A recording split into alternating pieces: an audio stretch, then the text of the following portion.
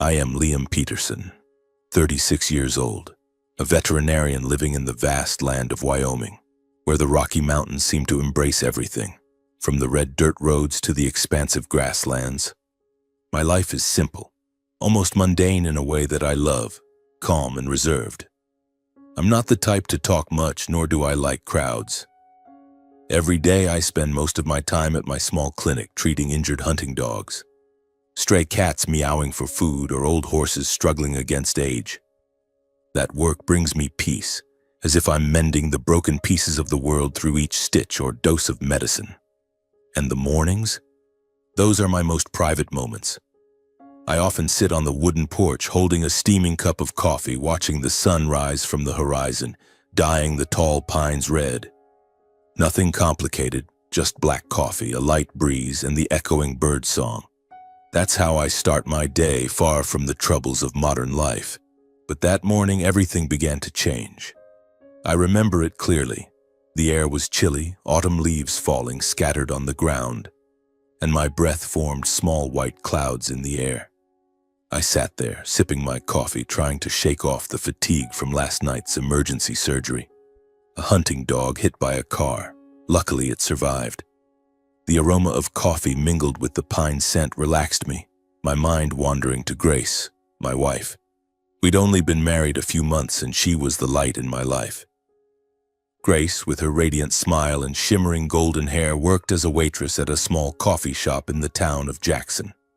She often woke early, leaving home at dawn to start her shift from 7 a.m. to 3 p.m. I was proud of her, of how she always stayed cheerful despite the hard work. We had cozy evenings by the fireplace, sharing stories about our days. That life, though humble, felt perfect to me. Then suddenly a familiar greeting rang out from the low wooden fence, pulling me from my thoughts. "Good morning, Liam. Beautiful day, isn't it?" I looked up, setting my coffee cup on the old wooden table. It was Mrs. Martha Ellison, my neighbor. She was walking her old shaggy dog as she did every morning. Mrs. Martha was a widow in her 60s, living alone in a small house just a few steps from mine. She was friendly, always smiling and asking about the weather or the harvest. Her husband had died a few years ago in a hunting accident, and since then, she spent her time tending her small garden with rose bushes and walking her dog. We weren't close friends, but those brief conversations made the neighborhood less lonely. I waved back, my voice warm. "Good morning, Mrs. Martha." "Yes, it really is. How's old Max today? Still doing well?" She stopped by the fence, petting the panting dog's head.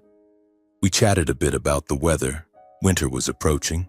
Snow might come earlier than usual. And about the corn harvest she often mentioned. She smiled, the wrinkles around her eyes deepening in the weak sunlight. But then her smile faded.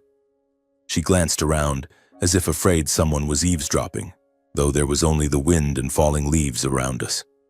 Her voice lowered, almost a whisper. "Liam, I don't want to meddle in your personal affairs, but I've noticed something strange." My heart tightened slightly. Mrs. Martha wasn't the gossipy type, so when she said that, I knew it was serious. I leaned forward, my voice gentle. "What's wrong, ma'am? Is something the matter?" She took a deep breath, her eyes on the ground as if weighing her words. "Lately, I've seen Grace's car parked at home early, around 1 p.m. Not just once or twice, but repeatedly. I often sit on my porch knitting, so I notice." I frowned, trying to understand. Grace worked until 3 p.m., rarely coming home early unless the shop was slow or she was sick. But Mrs. Martha continued, her voice growing quieter. "And there's a strange red pickup truck, I don't know whose, that shows up in front of your house every time Grace comes home early. It parks there for a while, then leaves. I don't want to think badly, but it makes me wonder. What is Grace doing coming home so early? You know, small town, people talk." Her words hit me like a punch to the chest. I sat still, the coffee now cold in my hand. Grace coming home early? And a strange red pickup? I tried to recall recent days, but nothing seemed unusual. I was often busy at the clinic until late, and every time I got home, Grace was always waiting with a hot dinner. I nodded to Mrs. Martha, trying to keep my voice steady. "Thank you for telling me. I'll ask Grace about it. Maybe it's just a misunderstanding." She nodded, her face worried. Yes, I hope so. Be careful, Liam. Then she walked on with her dog, leaving me alone with the cold wind. I sat there, staring at the empty yard, a strange feeling rising. Suspicion mixed with worry. Why was Grace coming home early? And the red pickup, whose was it? I pictured the scene. Grace parking in front of the house, then a strange truck appearing, parking beside it. Who got out of it? What did they do in my house? The thought made my heart beat faster. I wasn't the jealous type, but our marriage was new, and Grace was everything to me. Mrs. Martha's words were like a seed of doubt planted in my heart. I stood up, walked into the house, but my feet felt heavy as if being held back.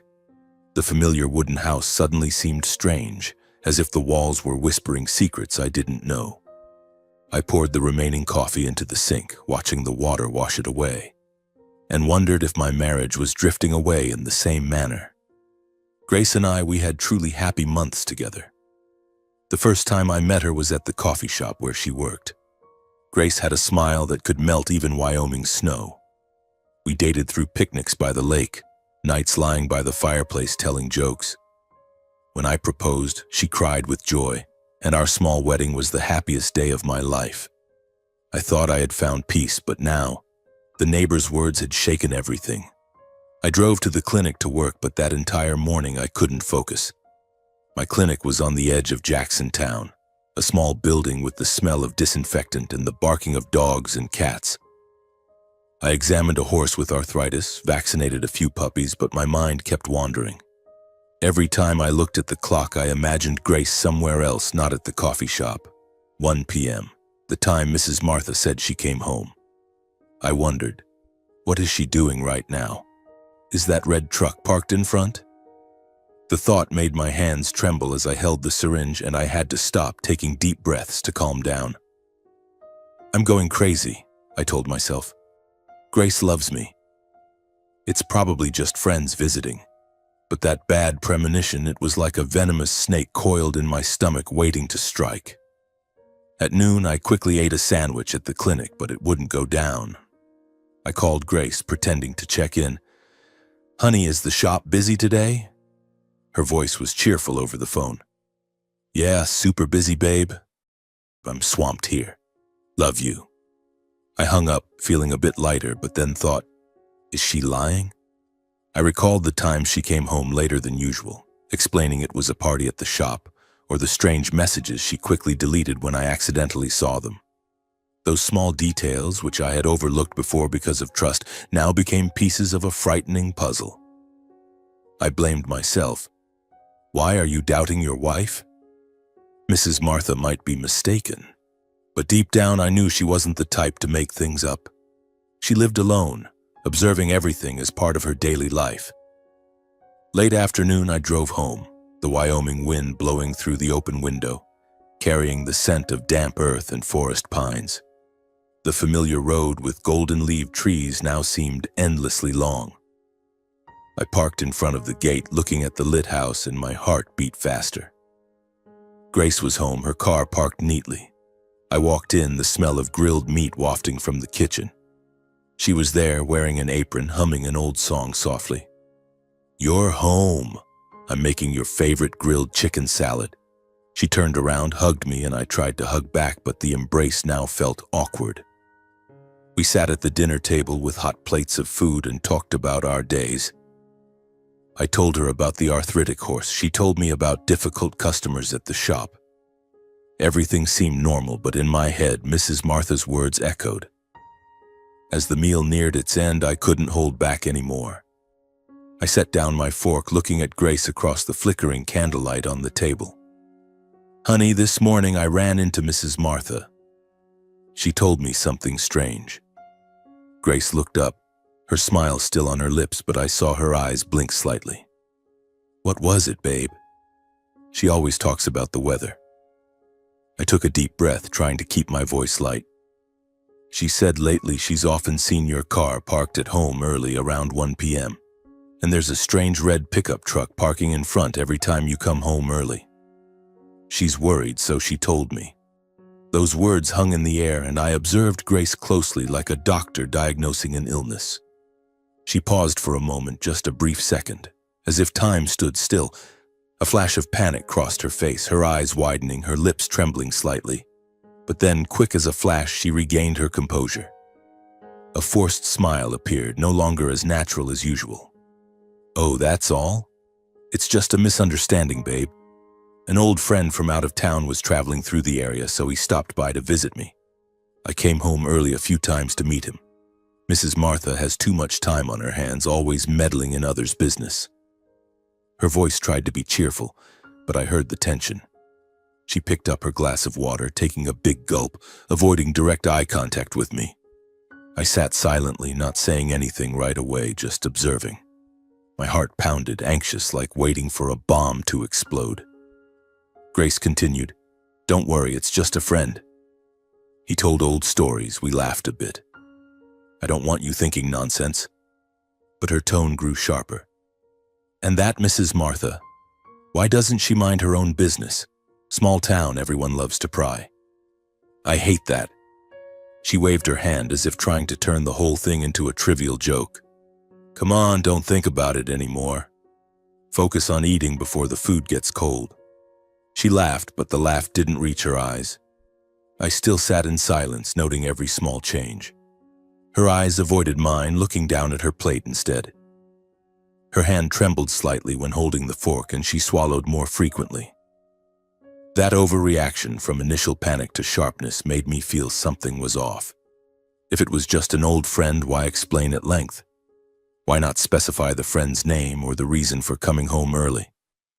She avoided details, keeping it all vague. That bad premonition rose again, stronger than ever. I nodded, pretending to accept. Yeah, I was probably overthinking. "You're right, Mrs. Martha worries too much." But inside, the doubt was greater than ever. Grace stood up, clearing the table, her voice cheerful again. "I'm going to shower now, you watch TV." She kissed my cheek, then went into the bedroom. I sat back at the dinner table, looking at the unfinished glass of wine. The light from the hanging lamp shone down, casting long shadows on the wooden floor. A cold feeling surged in my heart, like the Wyoming winter wind blowing through it. The intuition that the story about the strange truck was just the tip of a deeper secret. "Grace, what are you hiding? Who is that old friend? And why did you react like you'd been caught red-handed?" I picked up the glass of wine, took a sip, but the bitterness spread, unable to dispel the worry. That night I lay beside Grace, hearing her steady breathing, but sleep wouldn't come.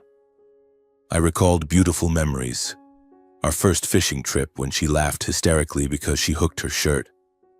Or our wedding night when we whispered about the future, about children, about this house.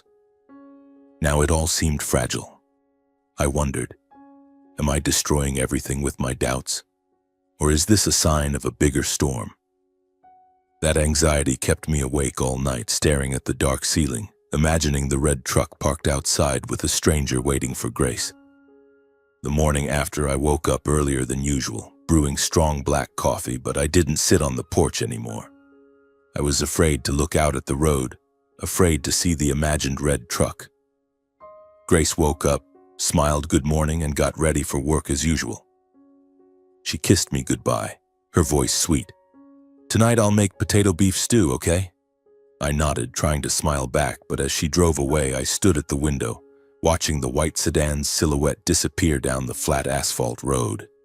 In the days that followed, the doubt gnawed at me. At night, I couldn't sleep. I often sat up, turned on the desk lamp, and browsed information on my old laptop, searching for stories about spouses doubting each other. The articles online chilled me. Affairs, deceit, breakups. I wondered if I was heading down that path. Grace lay beside me, sleeping soundly, her golden hair spread across the pillow. I looked at her, my heart full of conflict. Love mixed with suspicion, like white snow mingled with mud. I recalled our honeymoon trip to Yellowstone when we sat by the hot springs, promising to be together forever. Now that promise seemed fragile. I turned off the light, lay down, but thoughts flooded in. If Grace is cheating, what then? What will you do? That premonition kept me awake all night, exhausted and drained. After 4 such restless nights, I decided to take action. I couldn't just sit and wait anymore. The next morning, I drove into town, stopping at a small electronics store in Jackson. I bought a compact security camera, the kind that connects to a phone, records in HD, and detects motion. The salesman asked, "Where are you installing it? House or garage?" I forced a smile. "Just in front of the gate, for safety." But inside, I knew it was to spy on my own wife. Back home, I installed it secretly, hiding it behind a bush near the fence, aiming the lens at the road. My heart raced as I connected the app on my phone. "What are you doing, Liam? Spying on your wife like a criminal?" Guilt crept in, but the doubt was stronger. I checked the footage, clear, covering the entire gate and driveway. For nearly a week after that, everything seemed so normal it made me confused. Grace left for work on time, came home at 3 p.m., sometimes later if the shop was busy. She texted me more regularly than before. "Honey, I'm brewing coffee for customers here. Tired today, but miss you so much." Each message made me sigh in relief, but then I'd check the camera. In the evenings, when Grace slept, I sat alone in the living room, opening the app, reviewing the day's recordings. Only her white sedan parking at the right time, Grace walking into the house with her bag. No strangers entering or leaving. No red truck. No unfamiliar shadows. Day 1, 2, 3. All normal. I laughed at myself inwardly. "You're an idiot, Liam. Grace isn't cheating. It's just a misunderstanding." The more I watched, the more I felt like a paranoid character from old stories. Guilt rooted in like tree roots in soil. I wondered, am I destroying this marriage because of a passing comment from the neighbor? Mrs. Martha is friendly, but maybe she was mistaken. A car from someone else or an old age hallucination. But then one Friday afternoon, everything changed. I came home earlier than usual after a quick checkup. Parking next to Grace's sedan, I bent down to check my own tires, and my eyes stopped on the undercarriage and wheels of hers. Covered in the distinctive red mud from the outskirts of Jackson, where the dirt roads are muddy after rain. I touched it, the mud still damp, like it had just stuck. My heart pounded. The route from home to the coffee shop is all flat asphalt, dry, no mud. Where had Grace gone to get the car like this? I stood up, looking into the house through the window. Grace was in the kitchen, humming softly, unaware. In the days that followed, the situation repeated even more clearly. Saturday, Grace's car had thicker mud mixed with pine needles. Sunday, the wheels had fresh red dirt. I checked the camera. Grace came home on time, but perhaps she went somewhere during work hours. Grace still said she was working normally, not going anywhere else. "I was just at the shop, honey." But the traces on the car told a different story. She was going to places with dirt roads, perhaps the northern outskirts of Jackson, where the pine forests are dense and the paths muddy. My intuition told me something was being hidden, not just an old friend visiting, but deeper. I started imagining Grace turning off the main road, driving into the forest, meeting someone. The red truck, or something else? That anxiety made me lose sleep again, my heart racing every time I looked at her car. One morning, the Wyoming sky was overcast and gray, with low-hanging clouds pressing down on the Rocky Mountains like a heavy weight.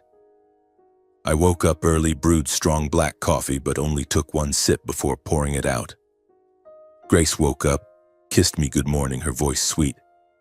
"I have a long shift today, but tonight I'll make pasta, okay, honey?" I nodded, trying to smile. But as she drove away, I stood at the window, watching the white sedan's silhouette disappear down the flat asphalt road, my heart full of turmoil. That day, I worked at the clinic like a machine, vaccinating a few dogs, checking an old cat's ears, but my mind was adrift. Around 11 a.m., I decided to close the clinic early. I drove to Grace's coffee shop and parked a distance away, hidden behind some roadside trees. The small shop was in the middle of Jackson Town, with an old wooden sign and the aroma of toasted bread wafting out. Through the car window, I saw Grace inside, wearing her green apron, smiling at customers, pouring coffee swiftly. She looked normal like any other day. But I knew today was Wednesday, a day when mud often stuck to her car.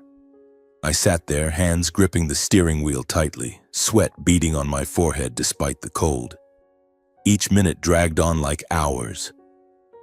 I wondered, "What are you doing, Liam? Stalking your wife like in a detective movie?"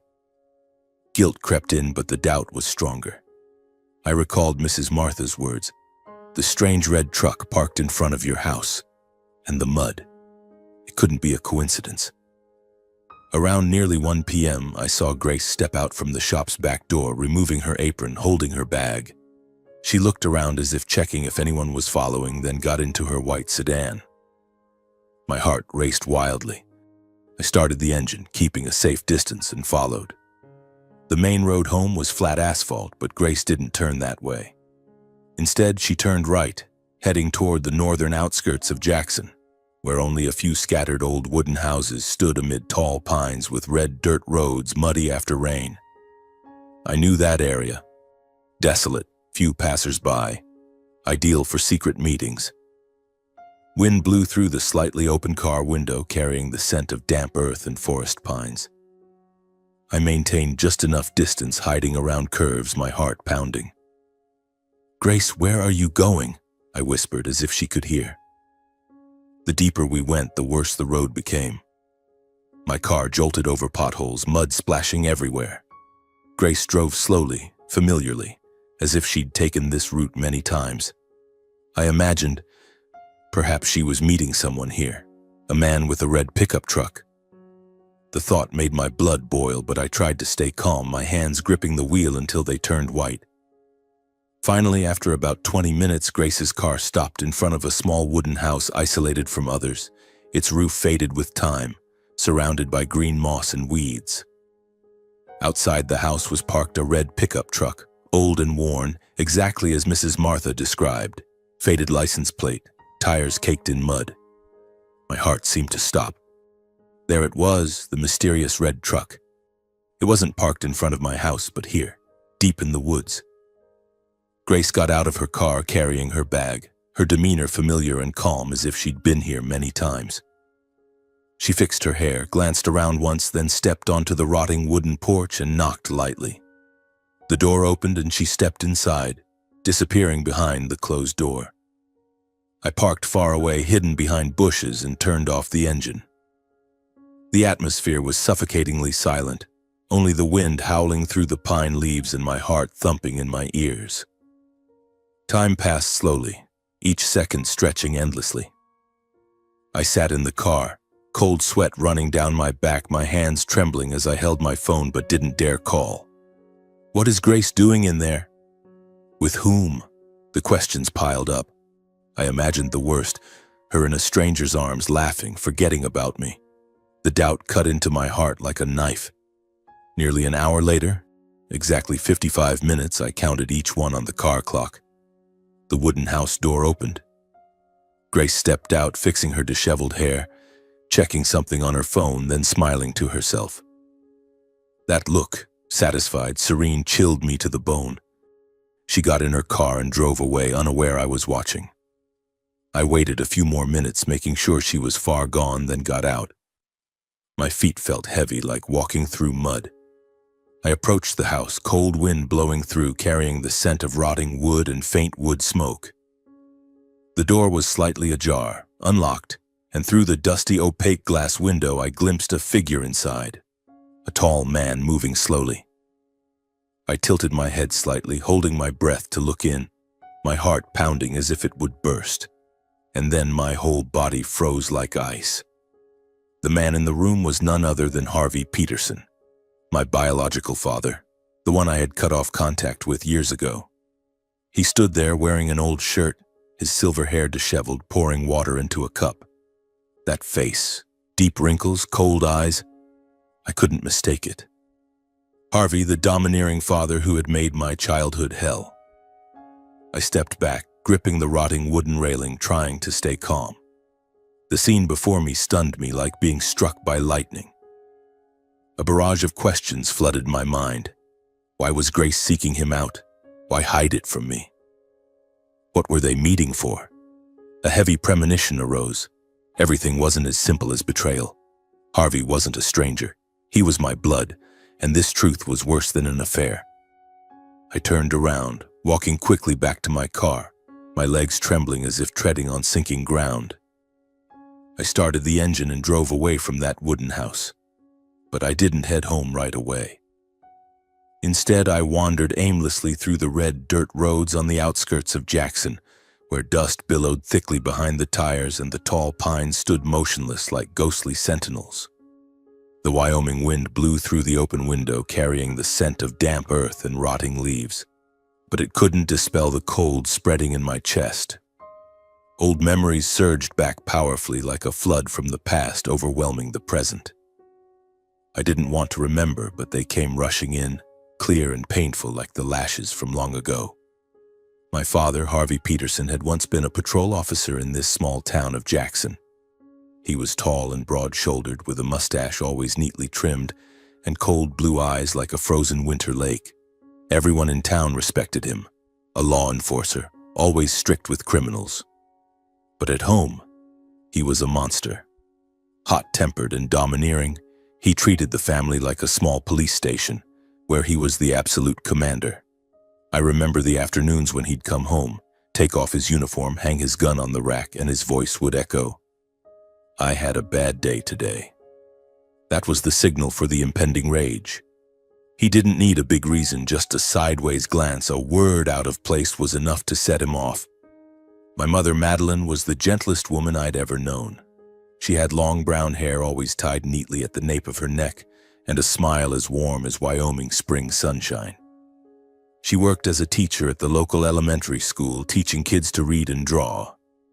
She was the only light in that dark wooden house. But Mom passed away early when I was just 8. Leukemia, the doctor said. She left quickly, leaving Dad and me in a vast emptiness. I remember the night she died. I sat by her hospital bed, holding her hand, tears streaming down. She whispered, "My boy, be strong. Mom loves you."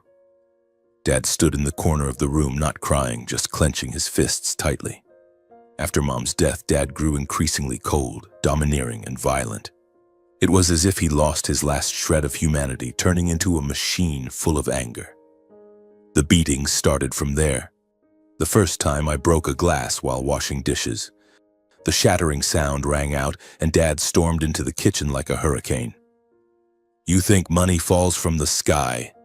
he snarled, then grabbed my collar and dragged me into the living room.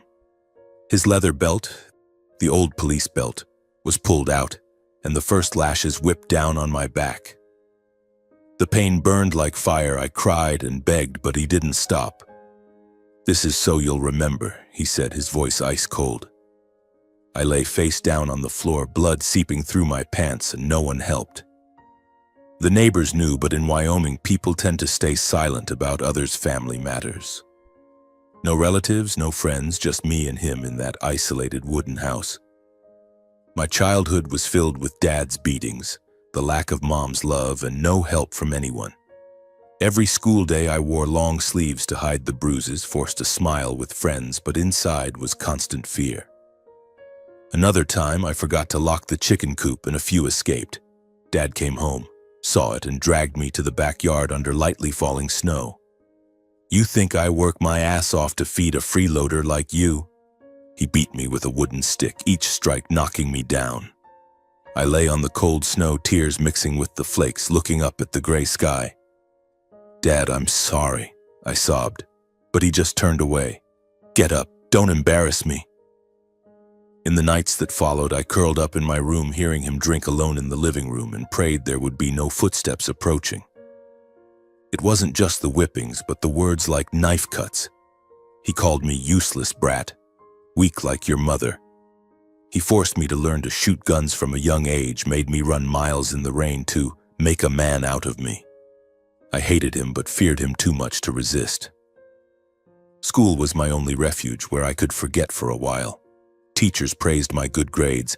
Friends invited me to play ball, but I always refused, afraid of coming home late and getting beaten. At 12, I tried telling a teacher about the beatings, but he just shook his head. Your family's complicated. I can't get involved. No one helped. I learned to endure alone, building a hard shell on the outside. Many years passed, and those memories became a festering scar.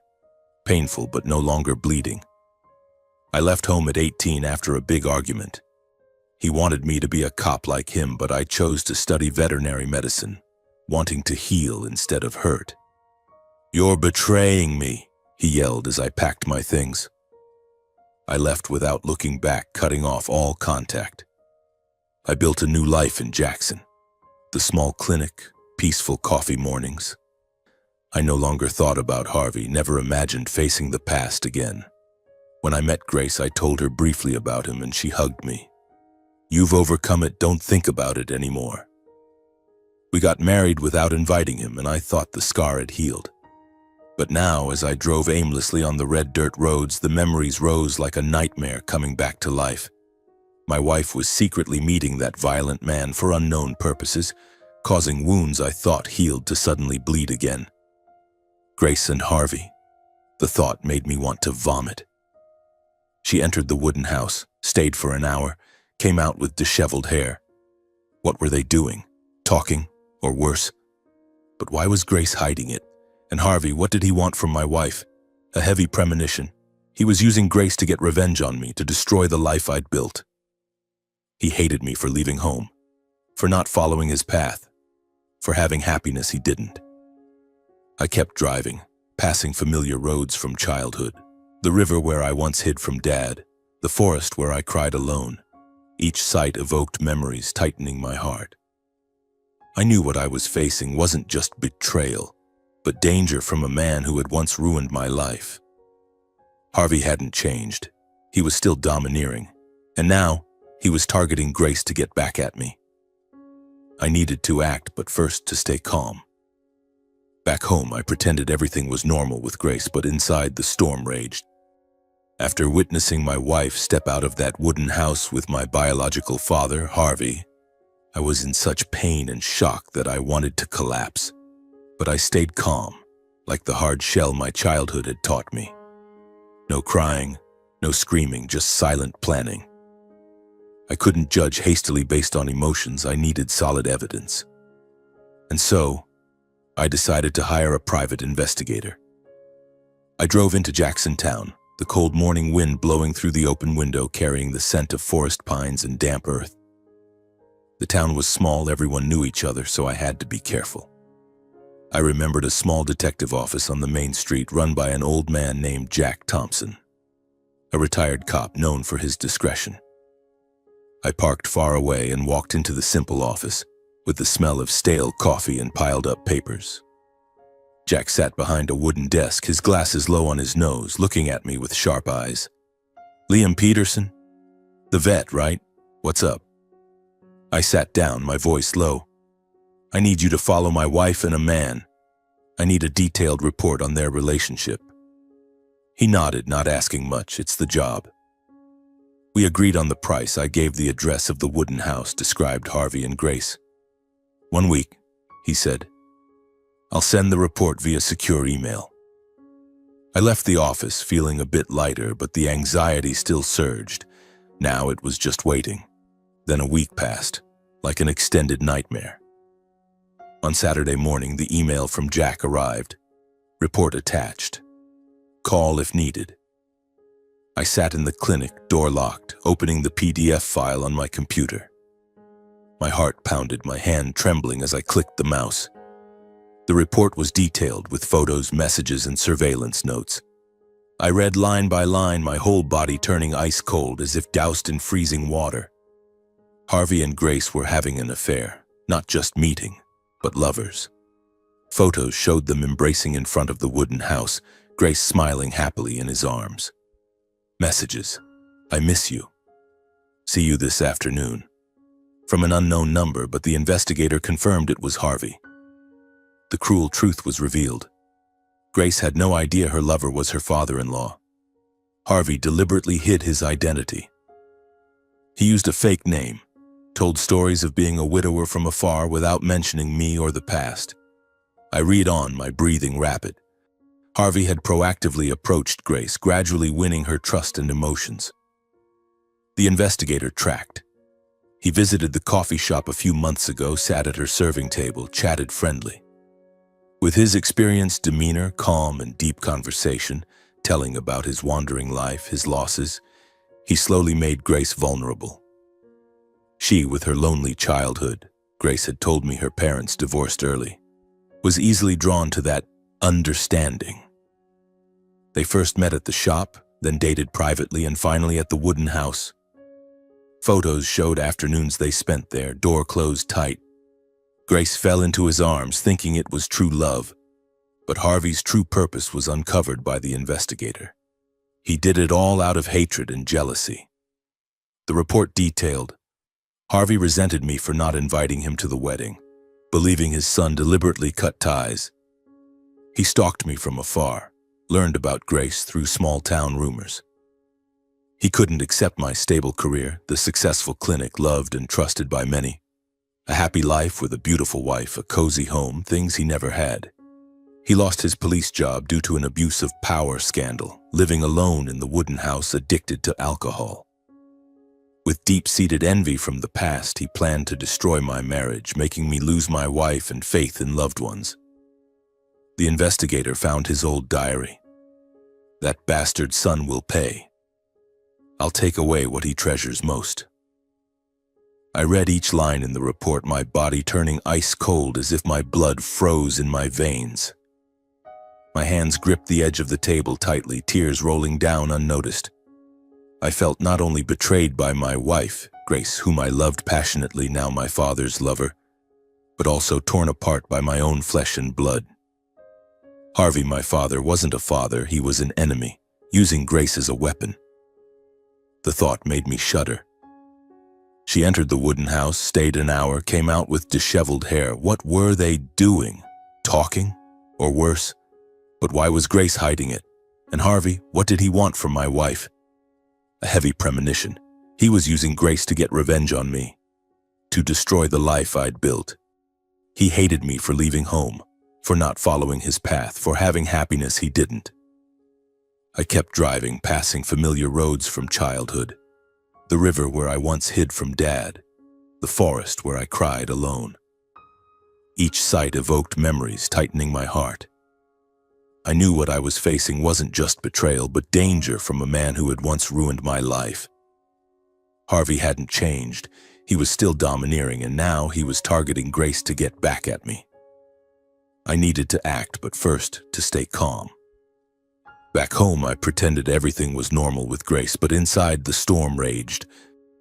After witnessing my wife step out of that wooden house with my biological father, Harvey, I was in such pain and shock that I wanted to collapse. But I stayed calm, like the hard shell my childhood had taught me. No crying, no screaming, just silent planning. I couldn't judge hastily based on emotions. I needed solid evidence. And so I decided to hire a private investigator. I drove into Jackson Town, the cold morning wind blowing through the open window, carrying the scent of forest pines and damp earth. The town was small, everyone knew each other, so I had to be careful. I remembered a small detective office on the main street run by an old man named Jack Thompson, a retired cop known for his discretion. I parked far away and walked into the simple office with the smell of stale coffee and piled-up papers. Jack sat behind a wooden desk, his glasses low on his nose, looking at me with sharp eyes. "Liam Peterson? The vet, right? What's up?" I sat down, my voice low. "I need you to follow my wife and a man. I need a detailed report on their relationship." He nodded, not asking much. It's the job. We agreed on the price. I gave the address of the wooden house, described Harvey and Grace. "1 week," he said. "I'll send the report via secure email." I left the office, feeling a bit lighter, but the anxiety still surged. Now, it was just waiting. Then a week passed, like an extended nightmare. On Saturday morning, the email from Jack arrived. Report attached. Call if needed. I sat in the clinic, door locked, opening the PDF file on my computer. My heart pounded, my hand trembling as I clicked the mouse. The report was detailed with photos, messages, and surveillance notes. I read line by line, my whole body turning ice cold, as if doused in freezing water. Harvey and Grace were having an affair, not just meeting, but lovers. Photos showed them embracing in front of the wooden house, Grace smiling happily in his arms. Messages: I miss you. See you this afternoon. From an unknown number, but the investigator confirmed it was Harvey. The cruel truth was revealed. Grace had no idea her lover was her father-in-law. Harvey deliberately hid his identity. He used a fake name, told stories of being a widower from afar without mentioning me or the past. I read on, my breathing rapid. Harvey had proactively approached Grace, gradually winning her trust and emotions. The investigator tracked. He visited the coffee shop a few months ago, sat at her serving table, chatted friendly. With his experienced demeanor, calm and deep conversation, telling about his wandering life, his losses, he slowly made Grace vulnerable. She, with her lonely childhood, Grace had told me her parents divorced early, was easily drawn to that understanding. They first met at the shop, then dated privately, and finally at the wooden house. Photos showed afternoons they spent there, door closed tight. Grace fell into his arms, thinking it was true love. But Harvey's true purpose was uncovered by the investigator. He did it all out of hatred and jealousy. The report detailed, Harvey resented me for not inviting him to the wedding, believing his son deliberately cut ties. He stalked me from afar, learned about Grace through small-town rumors. He couldn't accept my stable career, the successful clinic, loved and trusted by many. A happy life with a beautiful wife, a cozy home, things he never had. He lost his police job due to an abuse of power scandal, living alone in the wooden house, addicted to alcohol. With deep-seated envy from the past, he planned to destroy my marriage, making me lose my wife and faith in loved ones. The investigator found his old diary. That bastard's son will pay. I'll take away what he treasures most. I read each line in the report, my body turning ice cold as if my blood froze in my veins. My hands gripped the edge of the table tightly, tears rolling down unnoticed. I felt not only betrayed by my wife, Grace, whom I loved passionately, now my father's lover, but also torn apart by my own flesh and blood. Harvey, my father, wasn't a father. He was an enemy, using Grace as a weapon. The thought made me shudder. She entered the wooden house, stayed an hour, came out with disheveled hair. What were they doing? Talking? Or worse? But why was Grace hiding it? And Harvey, what did he want from my wife? A heavy premonition. He was using Grace to get revenge on me, to destroy the life I'd built. He hated me for leaving home, for not following his path, for having happiness he didn't.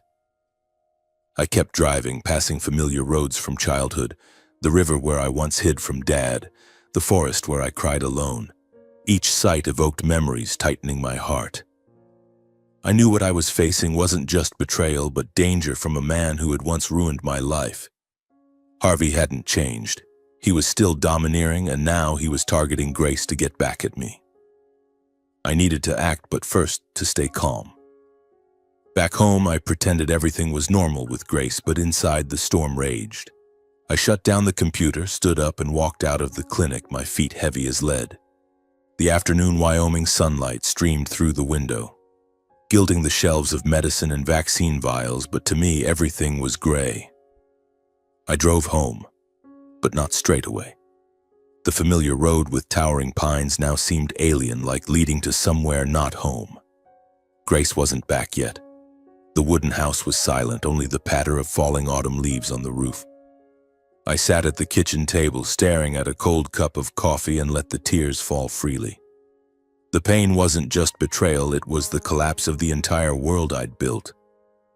Grace, the woman I trusted absolutely, was now in the arms of the man who had destroyed my childhood. Harvey, he didn't just beat me back then, now he was stealing my current happiness. I wondered, how could I forgive, or even go on living? That entire afternoon I lay on the sofa, staring at the ceiling, memories and the report mixing together. Photos of them embracing, loving messages, all like a family drama movie.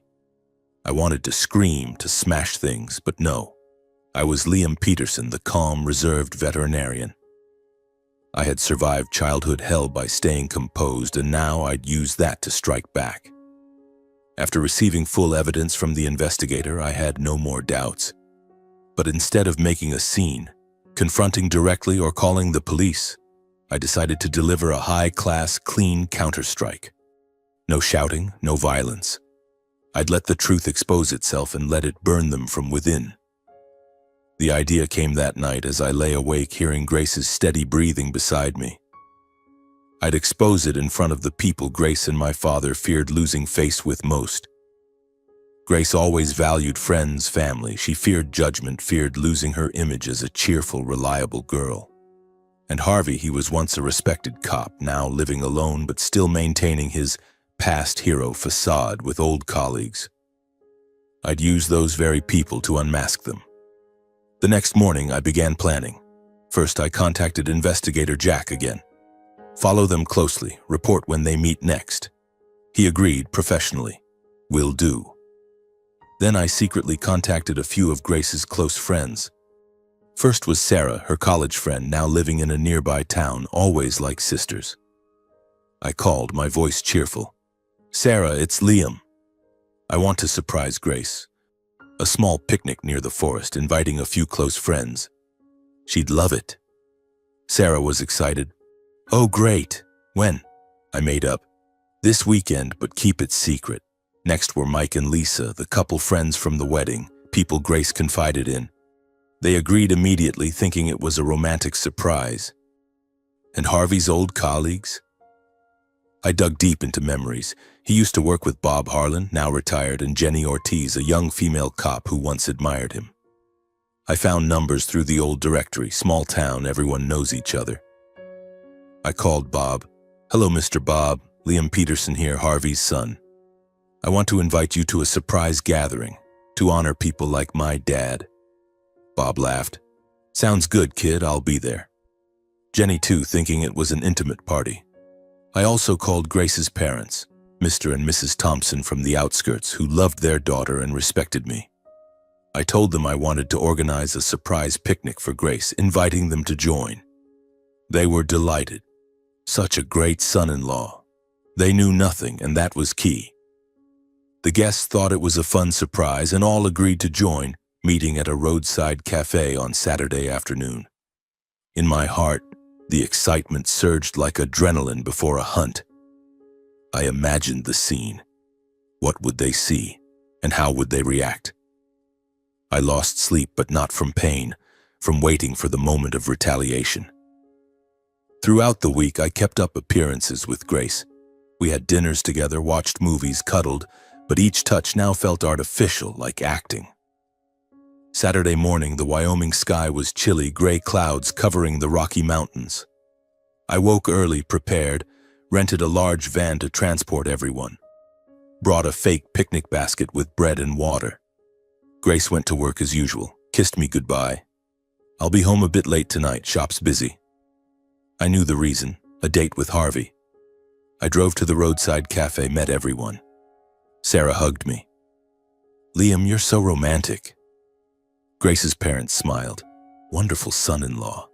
Bob and Jenny shared old stories about Harvey. He was a great boss. We got in the van. I drove, my heart pounding like it would explode. We're taking the forest road to surprise Grace at a special spot, I said, my voice cheerful. I arranged for everyone to pass by the trail nearby, pretending to get lost and detour to the house. I drove slowly, got lost on the red dirt road, dust flying thick. Oops, seems I took the wrong turn, I said, then pointed to the wooden house. There's a house. Let's ask for directions. Everyone agreed, thinking it was part of the fun. We parked far away, walked over. The investigator texted, "They're inside, door ajar." My heart thumped, cold sweat running down my back. We approached, but I stopped at a safe distance, hiding behind dense bushes, letting everyone go ahead without knowing my true intent. I just stood from afar, calmly observing, my hands clenched tightly in my pockets, heart beating like a drum as they neared the house. Grace's dad, Mr. Thompson, leading the group because of his friendly nature, lightly knocked on the ajar door and called, "Excuse me, we're lost. Is anyone home?" The door swung wider under his gentle push, and inside the scene revealed itself clearly under the weak afternoon sunlight filtering through the pines. Grace and Harvey appeared in a flustered state, disheveled, clearly having just been intimate. Grace's shirt buttons misaligned, hair messed up as if from a hasty encounter. Harvey's pants not fully zipped, face flushed red. Everyone stood frozen at the threshold, the atmosphere solidifying like ice. No one said anything, but the shocked, embarrassed, and disappointed looks from her parents, close friends, old colleagues, said it all. Grace's dad widened his eyes, mouth agape, his face paling as if slapped. Her mom covered her mouth with her hand, tears rolling down, her body trembling as if about to fall. Sarah whispered, her voice breaking, "Grace. Oh God, what is this? Why are you here? Who is this man?" Bob shook his head vigorously, his voice hoarse. "Harvey, what the hell are you doing?" Jenny turned away, her shoulders shaking, disappointment clear on the face that once admired my father. From my position behind the bushes, I saw it all. Grace standing petrified, her face white as paper, hands trembling to cover her chest, eyes wide in horror as she recognized her parents and friends. She stammered, her voice weak. "Dad, Mom, why are you all here? It's not what you think." Harvey paled, standing unsteadily, his voice stammering like a drunk. It's a misunderstanding, and everyone leave." No place to hide, no words to defend. They were caught red-handed in broad daylight in front of their closest people. After the moment of utter humiliation in the wooden house, all eyes turned to Grace and Harvey like spotlights shining on two hunted animals. The atmosphere thickened to the point where I could hear my own heart pounding from afar. I took a deep breath, trying to stay calm, then stepped out from the dense bushes where I had hidden myself. My feet felt heavy, like walking through mud, but I didn't tremble. I faced them in front of everyone, the cold Wyoming wind blowing through my hair, carrying the scent of red earth and rotting leaves. Everyone turned to look at me, their eyes full of astonishment. Grace's parents whispered, "Liam, you're here. What's going on? Explain this clearly." Sarah gaped. You knew all along?" I nodded, my voice steady but cold like frozen lake water. "Yes, I knew everything. And now everyone else will too." I didn't scream, didn't charge in angrily like a wounded beast. No, I had learned from my childhood full of Harvey's whippings that anger only made things worse. Instead, I pulled out the intimate photos of Grace and Harvey from my coat pocket, the evidence the investigator Jack had provided printed clearly on glossy paper. I handed them first to my in-laws, Mr. and Mrs. Thompson, who took them with trembling hands, their eyes widening in horror as they looked at the images. Grace and Harvey embracing by the wooden house window, stolen kisses under the pines, secret meetings on the outskirts of Jackson. Then the messages, printed chat logs with passionate words. "I miss you so much. See you this afternoon, love." I passed them next to the group of acquaintances, Sarah, Mike, Lisa, Bob, Jenny. They handed them around, whispers of shock rising. "Oh God, how could this be? Harvey, what is he?" And then, I said clearly, my voice unwavering, "And the most painful truth, this man, Harvey Peterson, is my biological father. He hid his identity to approach Grace, to destroy my life." Grace froze, as if torn from the false shell she had carefully built. She stood there, hand over her mouth, eyes wide with horror, her whole body shaking like an autumn leaf in the wind. "Father? In-law?" she whispered, her voice breaking as if she couldn't believe her ears. She had no idea her lover was her father-in-law, and that truth nearly made her collapse. Her face paled, tears streaming uncontrollably, her body swaying as if about to fall. She looked at me, then at Harvey, then at everyone around, her parents, friends, people who once loved her now looking at her with eyes full of disappointment and disgust.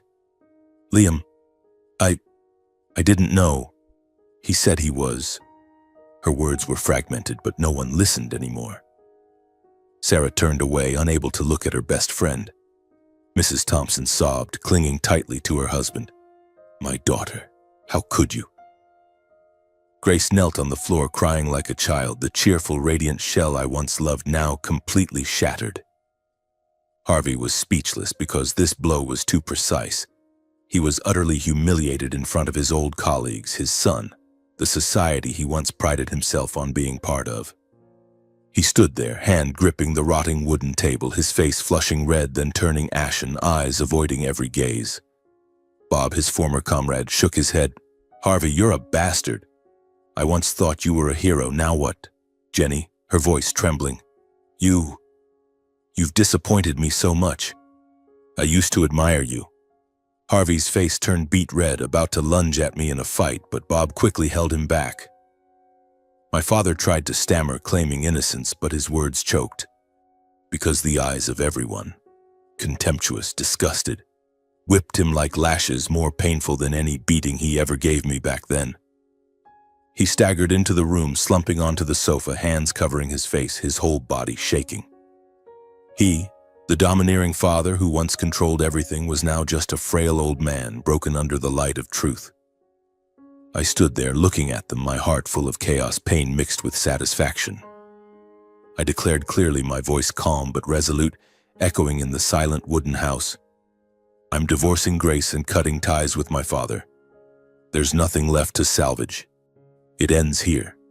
Those words were like a final knife strike, severing any remaining threads. Everyone nodded, their eyes full of pity for me, but also full of contempt for Grace and Harvey. Grace, humiliated and ashamed to the point of unbearability, stood up, her hands trembling as she grabbed her keys from her bag, covered her face, and ran out of the house. She rushed toward her white sedan, stumbling on the red dirt road, but not stopping, started the engine and sped away, leaving a cloud of dust behind. The sound of the car faded, blending into the Wyoming wind like a final farewell. Harvey was left alone to face the music under the contemptuous and disdainful eyes of everyone. He sat there, not daring to lift his head, while Bob and Jenny turned away. I'm out of here, Harvey. Never see you again. Grace's parents looked at him with eyes full of rage. You've destroyed my daughter, destroyed this family. They left, leaving him alone in the dark wooden house, the door slamming shut like a sentence. I was the last to leave, looking at him one final time. An old, broken man, no longer the ghost of my childhood, just a pitiful figure. I turned my back, stepping out into the weak afternoon sunlight of Jackson, the cold wind blowing through, carrying the scent of red earth and rotting leaves. Everyone waited for me by the van. Sarah hugged me. Liam, you're so brave. I nodded, drove everyone back, my heart heavy but also relieved. The truth had been exposed, and now I could start over. On the way back, the atmosphere in the van was heavy silence, only sighs and Mrs. Thompson's soft sobs. Mr. Thompson patted my shoulder. Son, you did the right thing. We never expected. I briefly recounted the investigator's report, Harvey's plan, Grace's deception. Everyone was even more shocked. Sarah whispered, Grace, I thought she was my best friend. How could she? Jenny shook her head. Harvey was my boss. Now I feel disgusted. Back home, I saw everyone off, promising to stay in touch later.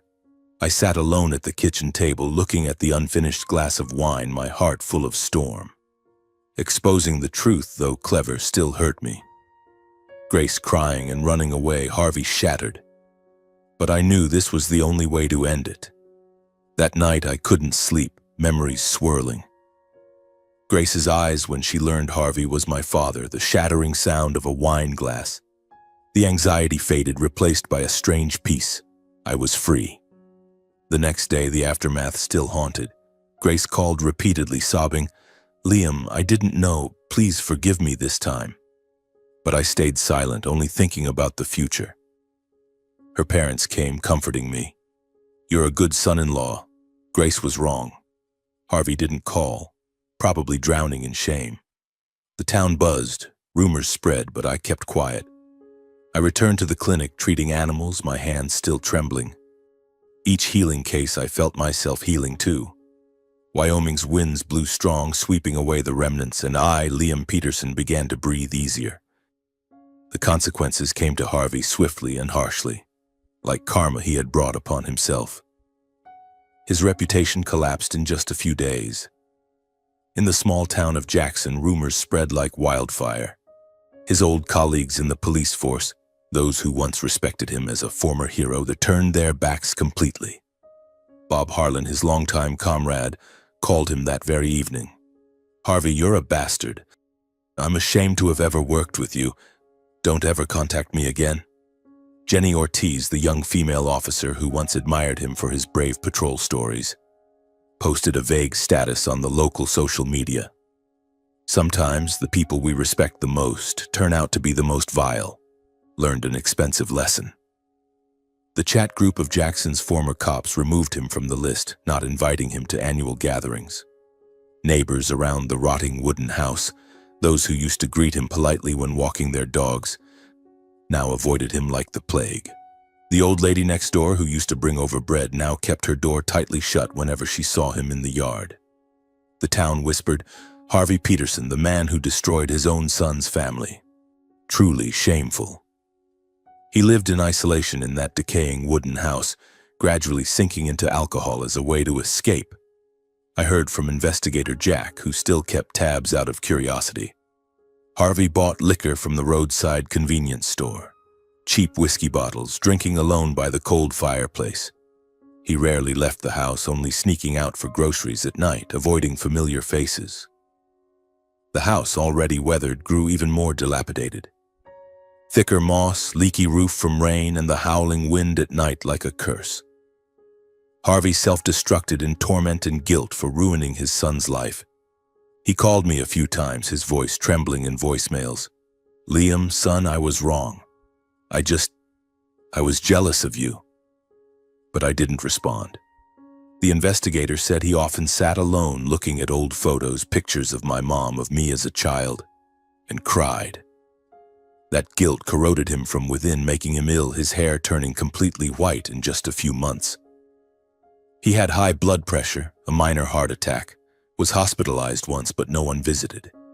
The consequences for Grace were equally devastating, like a storm sweeping away everything she once had.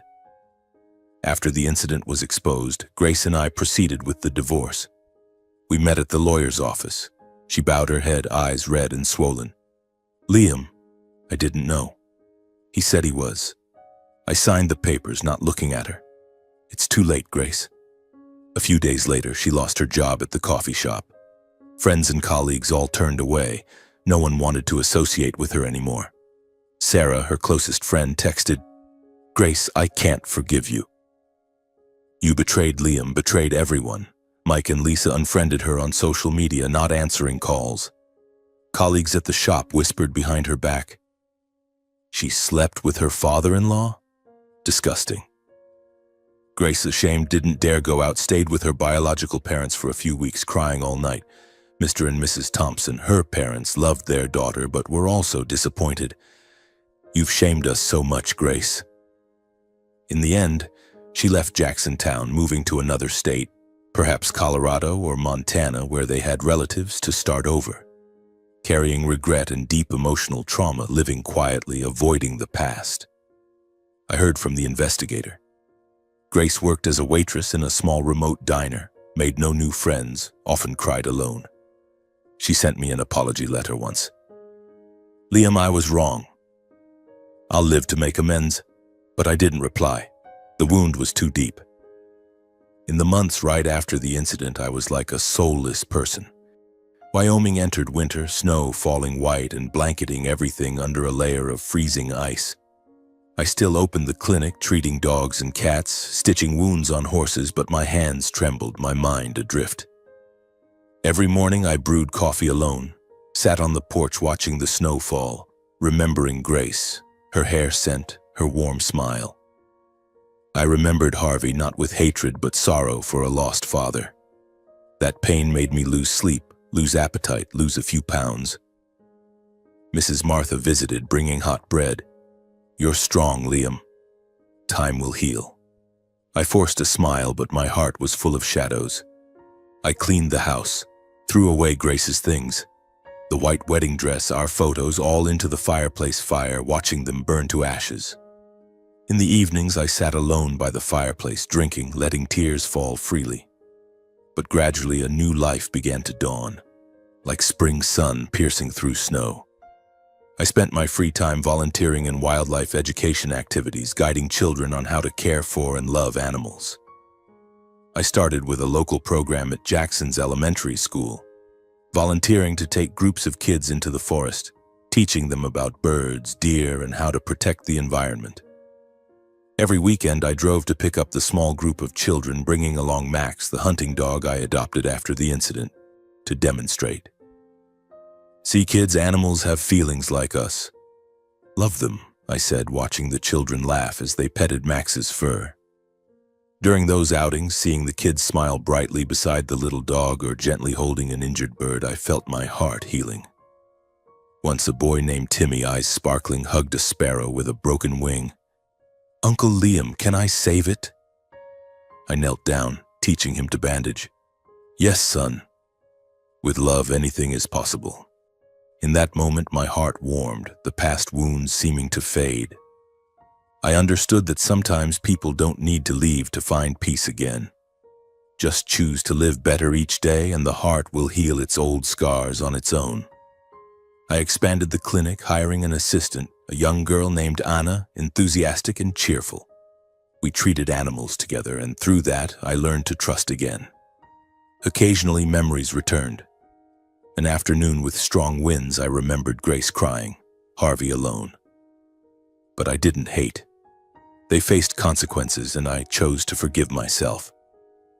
I drove through the outskirts, past the abandoned wooden house, moss-covered, and smiled sadly. Life went on, and I, Liam Peterson, rose from the ashes, living more fully than ever.